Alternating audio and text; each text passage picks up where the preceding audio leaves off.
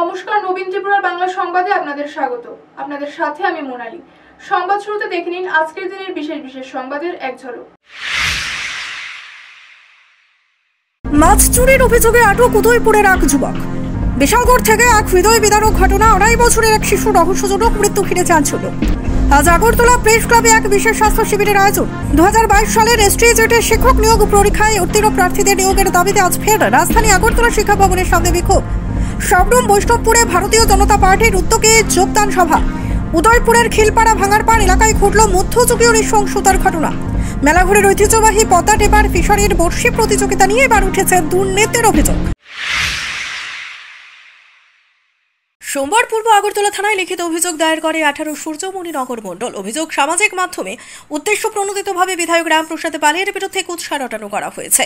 এই ঘটনায় অভিযুক্ত হিসেবে নাম উঠে এসেছে অ্যাডভোকেট রঘুনাথ মুখার্জির। জেলা পরিষদের মেম্বার অভিনাশ দাস জানান, জনগণের দ্বারা নির্বাচিত প্রতিনিধিকে নিয়ে এহেন ও ভিত্তিহীন মন্তব্য কখনোই মেনে নেওয়া হবে না। তাই আইনানুগ ব্যবস্থা গ্রহণের জন্য থানায় অভিযোগ দায়ের করা হয়েছে। বর্তমানে অভিযোগের ভিত্তিতেই তদন্ত শুরু করেছে পুলিশ। গতকালকে রাত্রে প্রায় হয়তো 10:30 11টা হবে, এই বনকুমারী বাড়ি রঘুনাথ মুখার্জি, অ্যাডভোকেট রঘুনাথ মুখার্জি, ওনার ফেসবুক পেজ থেকে এমন একটা পোস্ট করেছে যে আমাদের 18 সূর্যমণিনগর বিধানসভার আমাদের বিধায়ক এবং আমি নিজে জেলা পরিষদ সদস্য এবং আমাদের মলয়নগর গ্রামের প্রধান আমাদের নামে একটা এমন পোস্ট করেছে যে আমরা নাকি বিভিন্ন নেশার যে কারবার আছে এর সঙ্গে জড়িত। উনি কোনো রকম এভিডেন্স ছাড়া উনি ওইটার সঙ্গে একটা ভিডিও পোস্ট করেছে, যে ভিডিও নাকি উদয়পুরে। তো উনি এই চক্রান্ত কেন করেছে, এটার জন্য আজকে আমরা ওনার যাতে শাস্তি হয় এই কাজটা যে করেছে, এটার জন্য আমরা আজকে সবাই আমাদের 18 সূর্যমণিনগর বিধানসভা থেকে আমরা সকল কার্যকর্তা মিলে আমাদের এই পূর্ব থানাতে আমরা ডেপুটেশন দিতে এসেছি এবং ওনার নামে লিখিত অভিযোগ করেছি যাতে ওনাকে শাস্তি দেওয়া হয়। কী এভিডেন্সে তিনি এইভাবে আমাদের নামে একটা বদনাম করার জন্য কোনো রকম ছাড়া কেন করেছে এরকম? কিন্তু আমার কাছে যে খবর যে রঘুনাথ মুখার্জি উনি অ্যাডভোকেট হতে পারে, কিন্তু ওনার যে কার্যকলাপ উনি বিভিন্ন রকম নেশার সঙ্গে যুক্ত আছে এবং বিভিন্ন রকম কাজ কারবারের সঙ্গে যুক্ত আছে। মানুষকে বিভিন্নভাবে উনি অ্যাডভোকেট আছে দেখে মানুষকে বিভিন্নভাবে হ্যারাসমেন্ট করে। ত্রিপুরার গোমতী জেলায় ঘটে গেল এক চাঞ্চল্যকর ঘটনা। মাছ চুরির অভিযোগে আটক হলেন উদয়পুরের এক যুবক। আর এই চুরির মূল হোতা হিসেবে নাম চড়াচ্ছে তেলকাজলা পঞ্চায়েত সংলগ্ন জাহাঙ্গীর হোসেনের। মেলাঘর মোটর স্ট্যান্ড সংলগ্ন দেবনগরের এক মাছ ব্যবসায়ীর লিজ নেওয়া পুকুর থেকে প্রতিনিয়ত মাছ চুরির অভিযোগ উঠেছিল। অবশেষে হাতে নাতেই ধরা পড়ল চোর। উদয়পুরের পার্থবণিক নামের এক যুবককে সন্দেহজনক আচরণে স্থানীয় মানুষ আটক করে। তার ব্যাগ থেকে উদ্ধার হয় প্রচুর পরিমাণে মাছ। প্রশ্নের মুখে যুবক স্বীকার করে স্থানীয় জাহাঙ্গীর হোসেনের সঙ্গে মিলে রাতের অন্ধকারে ঘটাচ্ছিল মাছ চুরির ঘটনা। অভিযোগ, নেশা ব্যবসার সঙ্গে জড়িত জাহাঙ্গীর হোসেনের বাড়ি এসব কর্মকাণ্ডের আড্ডাখানা। অতীতে অনেকবার পুলিশের হাতে ধরা পড়লেও আবারও পুরনো কায়দায় সক্রিয় হয়ে উঠেছিল। পুলিশের খবর পেয়ে পালিয়ে যায় জাহাঙ্গীর হোসেন। তবে গোটা ঘটনার তদন্ত শুরু করেছে মেলাঘর থানার পুলিশ। মাছ চুরি থেকে নেশা ব্যবসা দুদিকেই নাম জড়াচ্ছে জাহাঙ্গীর হোসেনের। তবে পুলিশের হাতে ধরা পড়া উদয়পুরের এই যুবকের জবানবন্দি মূল সূত্র। এখন সকলের নজর কবে আইনের জালে ধরা পড়বে মূল অভিযুক্ত। ওই আমি জাহাঙ্গীর মিয়ার বাড়িতে ছিলাম, তারা মাছ ধরছে আর কি। আমি মাছ মেলাঘর আরো দেবো লয়ে যেতাম, তো আমি আর আমার ভাই আরো লয়ে যেতেছিলাম, তো তারা ধরে আমার মাছ ভাই আর জাহাঙ্গীর মিয়া ধরছে। এই পুষ্কুনটা কার পুষ্কুন করতে পারি না, আমি নিয়ে বেঁচে আনতাম। নেশা আগে করতাম, অন কম করি, অন করি না। 500 টাকা কিছু দিব, ভাই ফোন করে কিছু 500 টাকা দেবো। মাথা সিধা কর। বদেশ্বরী মানিক বণিক আমার পুষ্কুনির আজকে 2 বছর ধরে এই মাছ চুরিতেছে। তখন আমি চুর ধরতে পারতেছি না, পাইতেছি না কেউরে। তখন কালকে আমার কাছে খবর আছে যে মাছ চুরিতেছে এটা আমরা পুষ্কুনি। তখন আমরা পুষ্কুনিটা ভালো করে ডিউটি দেন, তখন ডিউটি দিতাম আসিরা এই চুর পাইছি। তো চুর পাইছি, চুরের বাড়ি উদয়পুর কইছে। কার বাড়িতে আইসত কইছে জাহাঙ্গীর মিয়ার বাড়িতে আইসি। তো পুষ্কুনিও রাখছি আমি জাহাঙ্গীর মিয়ার থেকে 2 লাখ টাকা রাখছি 3 বছর লেগিয়া। তো জাহাঙ্গীর মিয়ার বাড়ির তারা আসলো, থেকে সেটা চুরি করছে জাহাঙ্গীর মিয়া সহ। তারা চুরের নাম কইছে, চুরের কিতা চুরের থানা দিয়ে দেবো। আর পুষ্কুনি আমি অন রাখতাম না, তারা গার্জেন আছে, তারা গার্জেনটা চিন্তা করবো। তারা পুষ্কুনিতে আমি পুষ্কুনি রাখছি, আমি পুষ্কুনি আর রাখতাম না। তারা চিন্তা করবো কিতা করবো, আমার টাকা দিয়ে তো কমবো। আমার ক্ষতিপূরণ দিতে। বিশালগড় থেকে একটি হৃদয় বিতারক ঘটনা। 2.5 বছরের এক শিশুর রহস্যজনক মৃত্যু ঘিরে চাঞ্চল্য। বাড়ির আঙিনা থেকে নিখোঁজ হওয়ার পর পুকুর থেকে উদ্ধার করা হয় শিশুটিকে।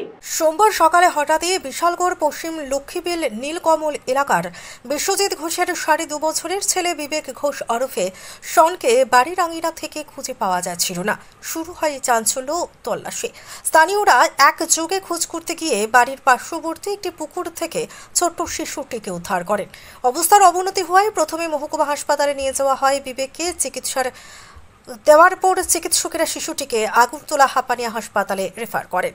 প্রতিবেশীদের অভিযোগ, শিশুটিকে কেউ অপহরণের উদ্দেশ্যে নিয়ে যাচ্ছিল, তবে সুযোগ না পেয়ে শেষ পর্যন্ত পুকুরে ফেলে পালিয়ে যায় দুষ্কৃতীরা, এমনটাই দাবি তাদের। কর্তব্যরত চিকিৎসকরা জানান শিশুটি এখনও ঝুঁকির বাইরে বলা যাচ্ছে না, তবে চিকিৎসা চলছে। পুলিশ ইতিমধ্যে ঘটনার তদন্ত শুরু করেছে। এলাকাবাসীর অভিযোগ, শিশুটিকে মর্মান্তিক উদ্ধারের ঘটনায় চাঞ্চল্য দেখা দিয়েছে গোটা এলাকায়। আরে দুটো বাচ্চা সকাল থেকে খুঁজে পাওয়া যাইতেছে না, এরপরে শুনছে এর জলের মধ্যে সবাই দৌড়ে যেতে, এ বাচ্চা কোনো মতেই চলে যাইতে পারে না। নিশ্চয়ই কোনো লোক নিত লইছে, এটা পারছে না সামলাইতে, এটা জল ভালাই দিয়ে গেছে। ঠিক এরকমই হইব। বাড়ির থেকে 300 মিটার 200 কিলোমিটার হইব, বাড়ির থেকে 200 মিটার। বয়স 2.5 বছর 3 বছর হইব আর কি। ছোট্ট কথাও কইতে পারে না বালকেরা। এটা নীলকমল একটা বাচ্চাকে নিয়ে এসছে। বাচ্চাটা খুব সম্ভবত মানে ওরা যা হিস্ট্রি দিয়েছে জলে ডুবে গেছিলো। আনার পরে বাচ্চাটাকে দেখলাম যে বাচ্চাটাকে ম্যানেজমেন্ট করার সময় অনেক জল বেরোচ্ছিল মুখ থেকে, নাক থেকে, ফ্রদিং হচ্ছিল। কন্ডিশন খুবই ক্রিটিক্যাল, বাচ্চাটা খুব সিরিয়াস কন্ডিশন ছিল। তো আমরা প্রাইমারি ম্যানেজমেন্ট করার পর খুব তড়িঘড়ি পেশেন্টটাকে হাঁপানিয়া হাসপাতালে রেফার করেছি। হ্যাঁ, বাচ্চাটা যখন এসছে তখন সব কিছু পেয়েছে, বাট খুবই ফিবল ছিল, পালসও খুব ফিবল ছিল, হার্ট সাউন্ডও খুবই ফিবল ছিল, কন্ডিশন খুবই ক্রিটিক্যাল বাচ্চাটা। আজ আগরতলা প্রেস ক্লাবে আয়োজন করা হলো এক বিশেষ স্বাস্থ্য শিবির।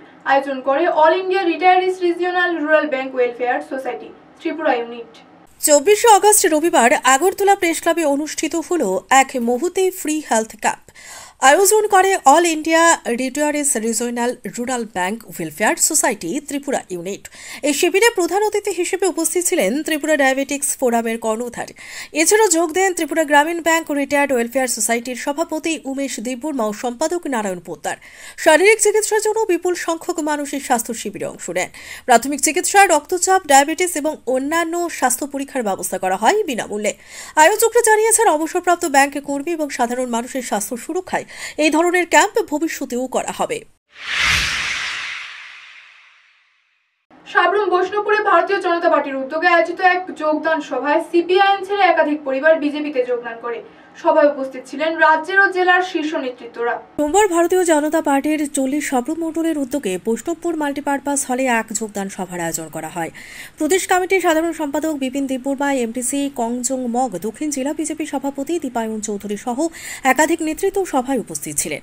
অনুষ্ঠানে যোগ দেন মণ্ডল সভাপতি গৌতম ত্রিপুরা, মণ্ডল সহ সভাপতি শান্তিপ্রিয় ভৌমিক, জেলা বিজেপি সম্পাদক তাপস লোধ সহ মণ্ডল ও বিভিন্ন মোর্চার সংগঠনের নেতৃবৃন্দ। এই যোগদান সভায় সিপিআইএম দল ছেড়ে 9 পরিবারের মোট 20 জন ভোটার ভারতীয় জনতা দলেই যোগদান করেন। যোগদানকারীদের হাতে দলীয় পতাকা তুলে দিয়ে উপস্থিত নেতৃত্বরা তাদেরকে দলে বরণ করে নেন। সভা শেষে নেতৃবৃন্দরা হৃদরোগে আক্রান্ত হয়ে প্রয়াত প্রাক্তন মণ্ডল সদস্য কান্দিয়া মগের বৈষ্ণবপুর স্থিত বাড়িতে গিয়ে পরিবারের প্রতি সমবেদনা এবং শ্রদ্ধা নিবেদন করে।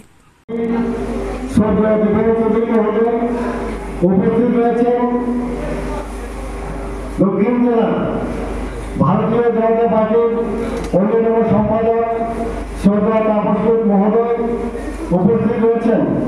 ভারতীয় জনতা জনজাতি মোর্চার দক্ষিণ জেলার সভাপতি শ্রদ্ধা নরেন্দ্র ত্রিপুরা মহোদয়। এছাড়াও উপস্থিত রয়েছেন ভারতীয় জনতা পার্টি 40 সাবরুম মণ্ডল কমিটির অন্যতম সহসভাপতি শ্রদ্ধা শান্তিপ্রিয় মহোদয় এবং উপস্থিত রয়েছেন সাবরুম নগর পঞ্চায়েতের চেয়ারপারসন মাননীয় রমাপতি মহোদয় সহ এবং আমাদের সকলের পরিচিত শ্রদ্ধেয় দাদা তথা এমডিসি কংজং মহোদয় সহ এই হলের মধ্যে আজকে যারা এই গরমের মধ্যে আপনারা উপস্থিত হয়েছেন, প্রত্যেককেই ভারতীয় জনতা পার্টি 40 সাবরুম মণ্ডল পক্ষ থেকে আপনাদের স্বাগত জানাই এবং গরিব অভিনন্দন জানাই। তো আমি বিশেষ কিছু আলোচনা করবো না, যেহেতু আমাদের শ্রদ্ধেয় দাদা রয়েছেন। আপনারা এত কষ্ট করে এসেছেন এই গরমের ভেতর, একটু ধৈর্য ধরে আমাদের শ্রদ্ধেয় দাদা রয়েছেন, ওনাদের মুখ থেকে মূল্যবান আলোচনা শুনবেন। এই কয়েকটি কথা বলে আমার সংক্ষিপ্ত আলোচনা শেষ করলাম। সবাইকে নমস্কার। বন্দে মাতরম। ভারত মাতা কি জয়। রাজধানীর বিদ্যুৎ ব্যবস্থার উন্নয়নে এক নতুন অধ্যায়ের সূচনা হলো আজ। রাজধানীর বজরংনগরের শিল্পনগরীতে 132 কেভি রিকন্ডাক্টরিং বিদ্যুৎ লাইনের ভিত্তিপ্রস্তর স্থাপন করলেন রাজ্যের বিদ্যুৎ মন্ত্রী রতনলাল নাথ। বজরংনগর শিল্পনগরীতে বিদ্যুৎ সরবরাহকে আধুনিক এবং নিরবিচ্ছিন্ন করতে আজ এক গুরুত্বপূর্ণ পদক্ষেপ নিল রাজ্য সরকার। বিদ্যুৎ মন্ত্রী রতনলাল নাথ আনুষ্ঠানিকভাবে উদ্বোধন করলেন 132 কেভি রিকন্ডাক্টরিং বিদ্যুৎ লাইন প্রকল্পের। মন্ত্রী জানান, এই প্রকল্প চালু হলে শুধু শিল্প প্রতিষ্ঠানই নয়, রাজধানী আগরতলা সহ সংলগ্ন এলাকাগুলিতে বিদ্যুৎ সরবরাহ হবে আরও উন্নত এবং স্থিতিশীল। মন্ত্রী বলেন, রাজ্য সরকার ইতিমধ্যেই বিদ্যুৎ ব্যবস্থার আধুনিকীকরণে বিভিন্ন পদক্ষেপ গ্রহণ করেছে, ফলে সাধারণ মানুষ আগামী দিনে সহজেই পাবেন নিরবিচ্ছিন্ন বিদ্যুৎ। ভিত্তিপ্রস্তর স্থাপন অনুষ্ঠানে উপস্থিত ছিলেন স্থানীয় বিধায়ক রতন চক্রবর্তী সহ অন্যান্য জনপ্রতিনিধি এবং কর্মকর্তারা। এই প্রকল্প বাস্তবায়িত হলে শিল্প উন্নয়ন এবং সাধারণ সেবার মান উন্নয়নে আসবে নতুন গতি। এবার পুরান যে তারা 12টা হিলার মধ্যে আবার 7টা আধুনিকরণ করছি। এমনি না কারেন্টটা 12টা ছিল, 20টা হয়েছে, 2টা কাজ চলছে নতুন করে। আবার ওই 12টার মধ্যে 7টা নতুন করে শক্তি বৃদ্ধি করছে। 132 কেভি লাইন কত কিলোমিটার ছিল আমাদের আসার আগে? 485 কিলোমিটার। এখন কত? 986 কিলোমিটার। আসেন, এই যে 33 কেভি সাবস্টেশন কয়টা ছিল আগে? 44টা। এখন কয়টা? 75টা। আরো কয়টার কাজ চলছে? 18টা। আরো 44-এর মধ্যে হিটার থেকেও 13টা আরো আধুনিকীকরণ করছে। 33 কেভি লাইন কত কিলোমিটার ছিল? 800। 2022 সালের এসটিজিটি শিক্ষক নিয়োগ পরীক্ষায় উত্তীর্ণ হলেও এখনো নিয়োগ হয়নি সকল প্রার্থীদের। নিয়োগের দাবিতে আজ ফের রাজধানী আগরতলার শিক্ষা ভবনের সামনে বিক্ষোভে শামিল হলো চাকরি প্রার্থীরা। সোমবার সকালে আগরতলার শিক্ষা ভবনের সামনে জড়ো হন 2022 সালের এসটিজিটি পরীক্ষায় উত্তীর্ণ চাকরি প্রার্থীরা। হাতে প্ল্যাকার্ড, গলায় স্লোগান, আমাদের ন্যায্য দাবি শিক্ষক পদে অবিলম্বে নিয়োগ চাই। প্রার্থীদের অভিযোগ, 3 বছর আগে ফল প্রকাশিত হলেও এখনো পর্যন্ত নিয়োগ প্রক্রিয়া শুরু হয়নি। বারবার দরবার করলেও স্পষ্ট কোনো আশ্বাস মিলছে না সরকারের পক্ষ থেকে। চাকরি প্রার্থীরা জানান, দীর্ঘ প্রতীক্ষার ফলে তাদের পরিবারের উপর পড়ছে বিরাট আর্থিক চাপ। তারা দাবি জানিয়েছেন, আর বিলম্ব নয়, অবিলম্বে শিক্ষক পদে যোগদানের নির্দেশ জারি করতে হবে। অন্যদিকে শিক্ষা দপ্তর কর্তৃপক্ষ এই বিষয়ে মুখ খুলতে চাননি। শিক্ষক পদে নিয়োগ নিয়ে অনিশ্চয়তায় দিশেহারা সফল প্রার্থীরা। তাদের দাবি কতটা দ্রুত পূরণ হবে সেই দিকেই এখন তাকিয়ে সকলে। আজকে প্রতিনিয়ত আসছি, আজকে নতুন না, বিগত 3 বছর ধরেই আমরা টিআরবিসিতে আসছি এবং আমরা প্রতিনিয়তই আমাদের মুখ্যমন্ত্রী, বিভিন্ন মন্ত্রী মহোদয়ের কাছে আমরা বারবার 2022 সালের যে আমরা এসটিজিটি এক্সামটা দিয়েছি সেটার বিষয় নিয়ে আমরা বারবারই আসছি, কিন্তু প্রতিনিয়ত আমরা মানে অসহায় হয়ে এখান থেকে ফিরে যাচ্ছি, কারণ আমাদের কাছে কোনো সঠিক বার্তা নেই। বিগত 3 বছর ধরে আমরা বারে বারে এখানে আসি এটাই জানার জন্য যে আমাদের কবে রেজাল্টটা দেওয়া হবে, আমাদের কবে নিয়োগ করা হবে, কিন্তু আমরা কোনো সঠিক কথাবার্তা ওদের কাছ থেকে পাচ্ছি না। একটা সময় আমাদের বলেছিল যে আমরা আশাবাদী হয়েছিলাম তখন তাদের কথা শুনে যে যাই হবে একটা ভালো চিন্তাধারা হবে, কিন্তু এখন দেখছি আমাদের যে 2022 সালে যে পরীক্ষাটা হয়েছিল সেপ্টেম্বর মাসে, সেই পরীক্ষাটা 3 বছর অতিক্রান্ত হয়ে যাওয়ার পরেও তারা নতুন করে 700 মানে পোস্ট নিবে বলেছে কিছুদিন আগে, কিন্তু কি করে হয় সেটা? আমাদের 2022 সালে যে এক্সামটা হয়েছে সেই এক্সামের না তো রেজাল্ট, না তো কোনো এটার বিষয়ে কোনো আলোচনা, না তো কোনো কথা, এই কথাটা অব্যাহত রেখে নতুন করে কীভাবে তারা নোটিফিকেশন মানে দিতে পারে। এবং আমরা যারা একবার পরীক্ষা দিয়ে পাস করেছি, আমরা কি দ্বিতীয়বার সেভাবে মানে পরীক্ষায় বসবো? আবার কেন আমরা বসবো? আমাদের প্রশ্ন যে আমরা কেন দ্বিতীয়বার পরীক্ষার বসবো? তারপরে আমাদের আরেকটা প্রশ্ন হলো যে আমরা যে মানে ওল্ড সিলেবাস আমরা পরীক্ষা দিয়েছি, ওল্ড সিলেবাসে পরীক্ষা দিয়ে আমরা পাস করেছি, এখন নতুন মানে নিউ সিলেবাস হয়েছে, সেই সিলেবাসের উপরে আমরা মানে কি করে আমরা ভর্তি করবো? আমাদের বয়স উত্তীর্ণ হয়ে গেছে, আমরা কি করে এক্সাম আবার দ্বিতীয়বার দেবো? যদি সরকার গভর্নমেন্টের যদি কোনো নতুন পরিকল্পনা আগেই মানে নেওয়া উচিত ছিল, তখন যদি রবিবার উদয়পুর খিলপাড়া ভাঙারপাড় এলাকায় ঘটল এক মধ্যযুগীয় নৃশংসতার ঘটনা। এক মহিলাকে প্রকাশ্যে লাঞ্ছনার শিকার হতে হলো। অভিযোগ উঠেছে চুনকালি মাখানো এবং মাথা ন্যাড়া করার চেষ্টা করা হয়েছে তার উপর। খিলপাড়া ভাঙার পাড় এখানে রবিবার ঘটে গেছে এক বিভৎস ঘটনা। এলাকার কিছু দুষ্কৃতী মহিলা মিলে এক মহিলার মুখে চুনকালি মেখে মাথার চুল কেটে দেওয়ার চেষ্টা চালায় বলে অভিযোগ। প্রকাশ্যে ঘটে যাওয়া এই ঘটনার প্রতিবাদে শিহরিত গোটা রাজ্য।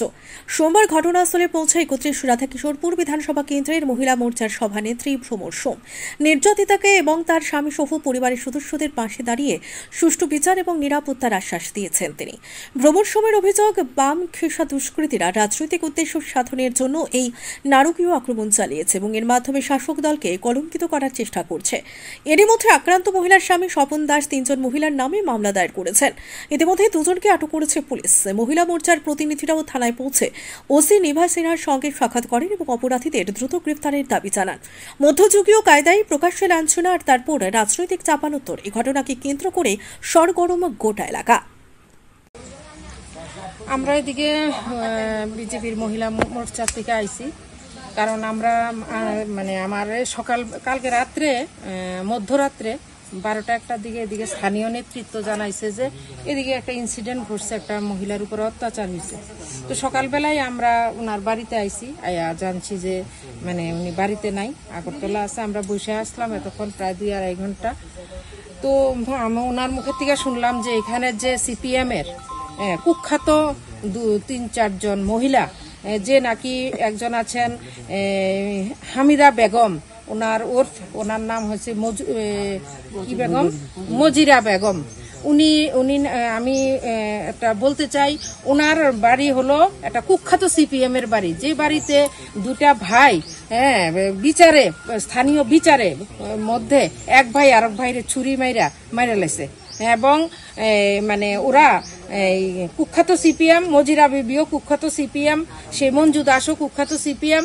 ওরা আসলে আমাদের যে শান্তির বাতাবরণ চলছে ত্রিপুরা রাজ্যে, ওই বাতাবরণকে এবং আমাদের স্থানীয় নেতৃত্ব এবং আমাদের ত্রিপুরা সরকারকে কালিমালিপ্ত করার জন্য আমরা জানি যে ত্রিপুরা মানে বিজেপি গভর্নমেন্ট প্রতিষ্ঠিত হওয়ার আগে সিপিএম এর রাজত্ব যখন ছিল, বামফ্রন্ট ছিল, সেই টাটা কালীবাড়িতে সেম একটা ইনসিডেন্ট ঘটেছিল যে লাইট পোস্টের সাথে টাটা কালীবাড়িতে একজন আমার বোনকে 15 আগস্ট দিন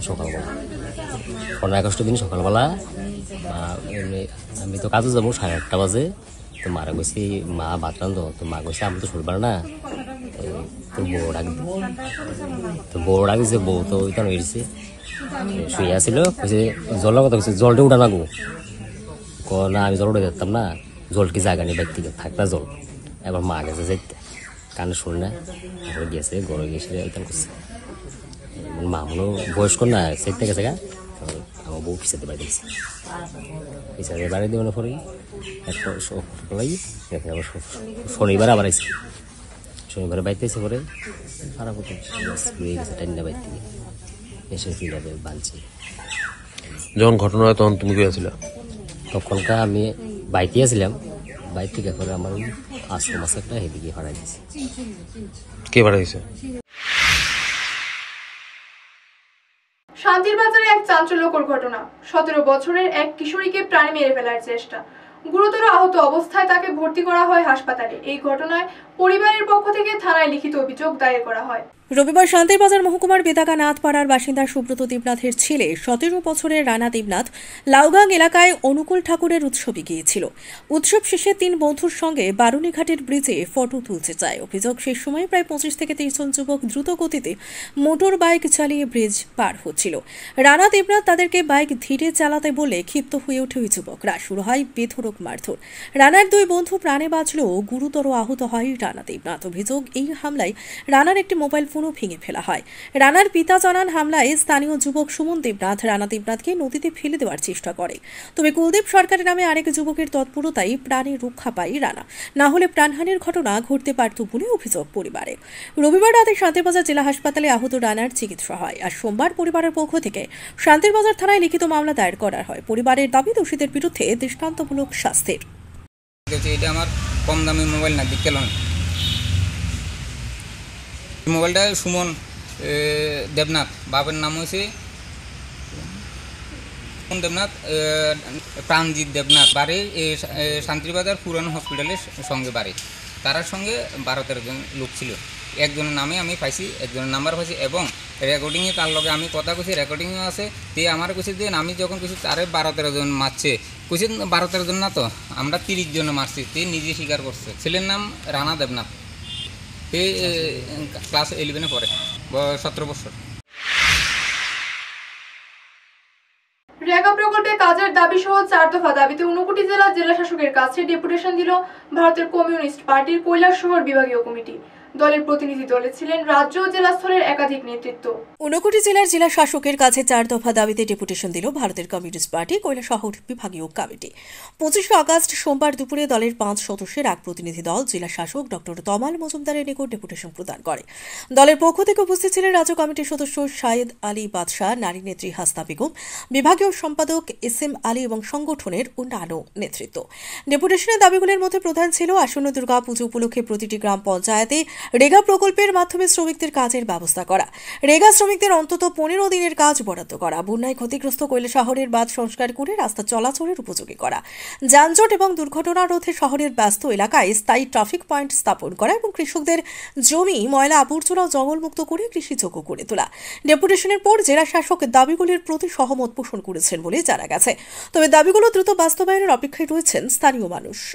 কাউন্সিল উদ্যোগে আজকে 4 দফা দাবি নিয়ে আমরা জেলা শাসকের নিকট আমরা ডেপুটেশনে আমরা দেখা করেছি এবং 4 দফা দাবির মধ্যে প্রথম দাবি হচ্ছে আমাদের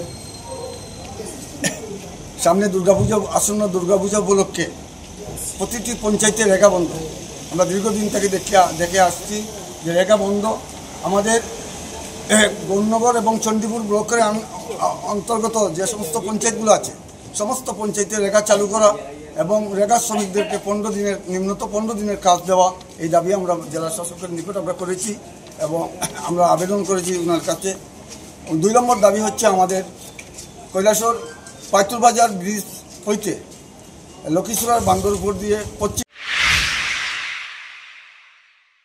প্রজাপিতা ব্রহ্মকুমারী ঈশ্বরীয় বিশ্ববিদ্যালয়ের উদ্যোগে শান্তির বাজারে আজ অনুষ্ঠিত হলো এক বিশেষ রক্তদান শিবির।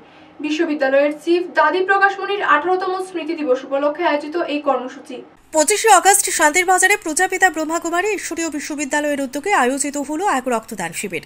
এই রক্তদান কর্মসূচি আয়োজন করা হয় বিশ্ববিদ্যালয়ের চিফ দাদি প্রকাশমণির 18তম স্মৃতি দিবসকে কেন্দ্র করে। ইতিমধ্যে 17 আগস্ট দিল্লিতে কেন্দ্রীয় স্বাস্থ্যমন্ত্রীর হাত ধরে রক্ত সংগ্রহ অভিযানের শুভ সূচনা হয়েছে। শুধু ভারতবর্ষেই নয়, প্রতিবেশী দেশ নেপালের মানুষও এই উদ্যোগে সক্রিয়ভাবে অংশ নিচ্ছেন।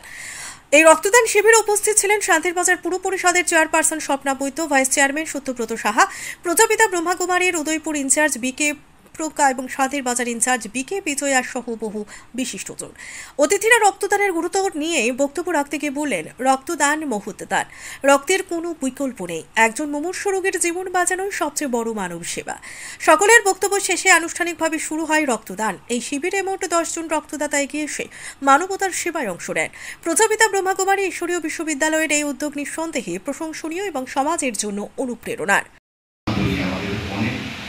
বিভিন্নভাবে আমাদের ধর্মটা বিভিন্নভাবে ছড়িয়ে ছিটিয়ে আছে। আমাদের এই ধর্ম মানে মানুষের পরিষেবা, আমাদের সনাতনেতে আছে মানুষ পরিষেবা করা সবচেয়ে বড় ধর্ম। আমরা যে আজকে রক্তদান করছি তার থেকে আমি মনে করি না তার থেকে কোনো বড় ধর্ম কিছু আছে। আমরা রক্তদানের জন্য এত একটা মহতি অনুষ্ঠান উদ্যোগ নিয়েছেন, তার জন্য স্বাগত জানাচ্ছি যে আপনারা প্রতিজ্ঞা করেছেন একটা মানুষকে বাঁচাবেন। আজকে যারা রক্তদান করবেন আপনাদের রক্ত দিয়ে একটা মানুষ বাঁচবে। সমাজে অনেক বড় লোক দেখবেন, কোটিপতি দেখবেন, তাদের মানসিকতা ভালো দেখতে পারবেন অনেকে, আবার অনেকে ভালো আছে, কিন্তু দেখবেন সমাজের একদম গরিব মানুষ, কিন্তু তার সমাজের জন্য কাজ করার জন্য তার মনটা সবসময় সমাজের কাছে পড়ে থাকে, মানুষের পাশে দাঁড়ায়, দুস্থ মানুষের পাশে দাঁড়ায়। আজকে যারা রক্তদান শিবিরে আপনারা রক্তদান করতে এসেছেন, সাতচাঁদ কমিউনিটি হলে 39 মনুমণ্ডল জনজাতি মোর্চার উদ্যোগে আয়োজিত হলো এক বিশেষ কর্মী সম্মেলন। উপস্থিত ছিলেন সংগঠনের শীর্ষ নেতৃত্ব থেকে শুরু করে এলাকার জনপ্রতিনিধিরাও। আজ বিকেল ৩টায় সাঞ্চাদ কমিউনিটি হলে আয়োজিত কর্মী সম্মেলনে উপস্থিত ছিলেন বিজেপি দক্ষিণ জেলা সভাপতি দীপায়ন চৌধুরী, ৩৯ মনু কেন্দ্রের বিধায়ক মাইলাফরু মগ এবং ৩৯ মনু মণ্ডল সভাপতি বিপুল ভৌমিক। অনুষ্ঠানে প্রধান অতিথি হিসেবে উপস্থিত ছিলেন জনজাতি মোর্চার প্রদেশ সাধারণ সম্পাদক বিপিন দেববর্মা। এই কর্মী সম্মেলনের প্রধান অতিথি জনজাতি মোর্চার সাধারণ সম্পাদক বিপিন দেববর্মা এবং তার আলোচনায় তিনি বলেন, প্রধানমন্ত্রী নরেন্দ্র মোদী ও মুখ্যমন্ত্রী প্রফেসর ডক্টর মানিক সাহার নেতৃত্বেই আজ প্রত্যন্ত পাহাড়ি জনপদেও সরকারি সুযোগ সুবিধা পৌঁছে যাচ্ছে। তিনি আরও বলেন, শিক্ষা, স্বাস্থ্য, পানীয় জল কিংবা কর্মসংস্থান, এতদিন যেসব মৌলিক পরিষেবা থেকে জনজাতি সমাজের বহু পরিবার বঞ্চিত ছিলেন, আজ তাদের জীবনে এসেছে পরিবর্তনের ছোঁয়া। সাঞ্চাদ কমিউনিটি হলে আয়োজিত এই কর্মী সম্মেলনে জনজাতি সমাজের কর্মীরা বিপুল উৎসাহ নিয়ে যোগদান করেন। ইদানিং কিছুদিনের পাতার মাসটি খবর অজে মধুমক্ষী জানায় আবুল টাবুল আই মনি কথা কম সাবই নাই বড় বুঝলাম চুকা হাইকে মাস টক শুব নরম করে ভিডিও না কিতে মনি কথা নরে নো মোবাইল চালা কাঙ্কা তো মনি মনি কথা মনি মনি কথা আপন তা সেমা ও সারকে কথা কাঙ্কায় নাগাতুরা কথা কাঙ্কায় সাত চুকা তে চুকা bo juga perlu itu mo orang boysko sibiano tomang caman di prasano mono mono sasonka kamu kayak juga sebutong se komanda kalian lagi hanya ya komanda kalian lagi sibiano ini taruh komanda kalian tuh kak tahu saya komanda di mana tahu saya huk di mana ini dokter kata baru gitu মন্ডলী বড় বিধানসভা বড়। মেলাঘরের ঐতিহ্যবাহী পদ্মাডেপার ফিশারির বর্ষি প্রতিযোগিতা নিয়ে এবার উঠেছে দুর্নীতির অভিযোগ উঠেছে মোটা টাকার টিকিট কেটে অংশ নেওয়ার পরেও প্রত্যাশিত মাছ পাননি অংশগ্রহণকারীরা, ফলে ক্ষোভে ফেটে পড়েছেন প্রতিযোগীরা। মেলাঘরের বহু বছরের ঐতিহ্য পদ্মাডেপার ফিশারির বর্ষি প্রতিযোগিতা, কিন্তু এবছর সেই ঐতিহ্যকে ঘিরে তীব্র ক্ষোভ এবং বিতর্ক। অভিযোগ উঠছে, দুদিনের প্রতিযোগিতায় অংশ নিতে প্রত্যেকজনকে গুনতে হয়েছে ৫,০০০ টাকা টিকিটের দাম, কিন্তু প্রতিযোগীদের দাবি এত টাকা খরচ করেও ২,০০০ টাকার মাছও তারা পাননি, ফলে অনেকেই নিজেদের প্রতারিত মনে করছেন। একজন অংশগ্রহণকারী ক্ষোভ প্রকাশ করে বললেন, আমি গত ১৭-১৮ বছর ধরে এই প্রতিযোগিতায় আসছি, এমন অবস্থা আগে কখনো দেখিনি, এবার যেন সবকিছুই পরিকল্পিতভাবে করা হয়েছে। আরেকজন জানিয়েছেন, ১০ বছরের বেশি সময় ধরে আসছি, এবার এমন অভিজ্ঞতা হলো যে হতাশার সীমা ছাড়িয়ে গেছে, টাকা নিয়েই আমাদের সঙ্গে প্রহসন করা হয়েছে। অংশগ্রহণকারীরা অভিযোগ করেছেন, সমিতির বড় লেক কমিটির দুর্নীতি এবং অব্যবস্থাপনাই এই পরিস্থিতির জন্য দায়ী। যারা এতদিন প্রতিযোগিতার সুনাম ধরে রেখেছিলেন, তাদের ভাবমূর্তিতেই বড় আঘাত লেগেছে এবার। এই ঘটনায় প্রতিযোগীরা দায়িত্বশীলদের বিরুদ্ধে কঠোর ব্যবস্থা নেওয়ার দাবি জানিয়েছেন। তাদের আশঙ্কা, দ্রুত সমাধান না হলে আগামী দিনে প্রতিযোগিতার প্রতি আগ্রহ অনেকটাই কমে যাবে। ১৫ বছর এরকম মনে করেন আমরা এই পুকুরে মাছ পাই, কিন্তু এরকম এবছরের মতো মাছ না পাওয়া অবস্থায় কেউ এমন নেই যে মাছ পেয়েছে, সবাই মাছ না পেয়ে গেছে। ওরা তো ওরা বলতে পারবে, ওদের তো অনেক মাছ নেই।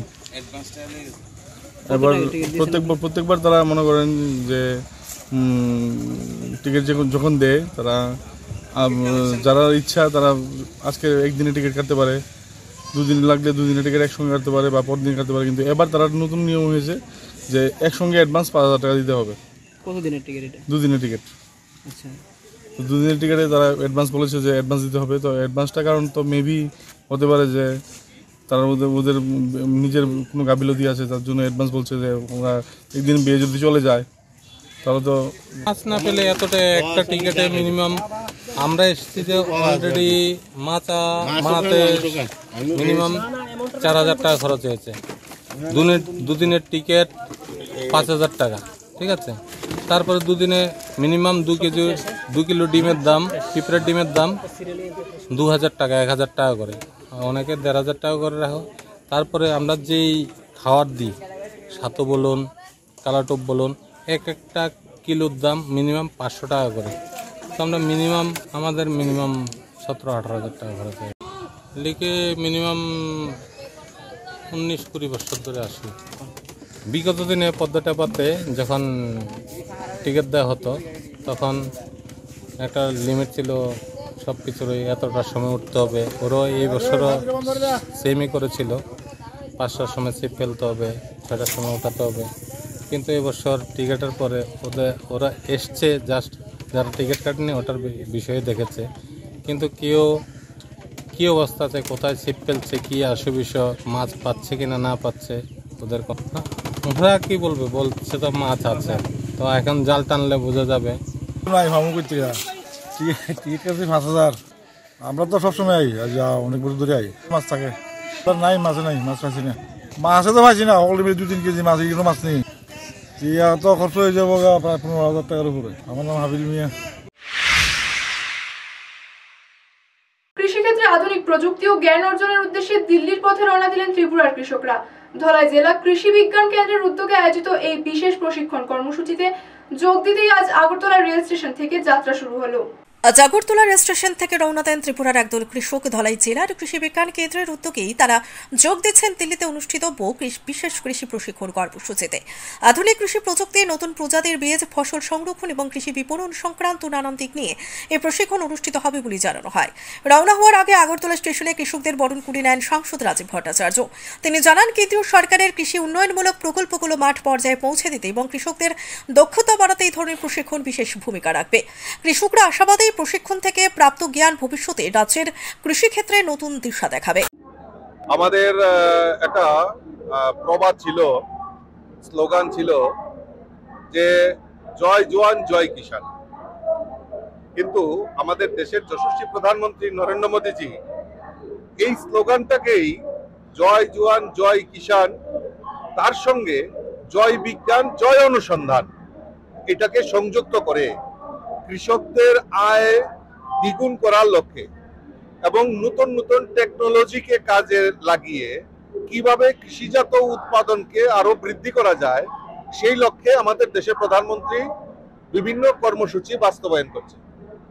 আমাদের এই ত্রিপুরা রাজ্যেও কৃষিতে স্বয়ংসম্পূর্ণ করা, এবং আমরা জানি যে বিকশিত ভারতের কথা দেশের প্রধানমন্ত্রী বলছেন, আর এই বিকশিত ভারতে কৃষিজাত পণ্যকে পাথেয় করে দেশের ইকোনমি কিভাবে ডেভেলপ করা যায় সেটা আমাদের দেশের প্রধানমন্ত্রী দেখিয়েছেন। একটা সময় ছিল বিদেশ থেকে আনাজ, বিদেশ থেকে আমাদের।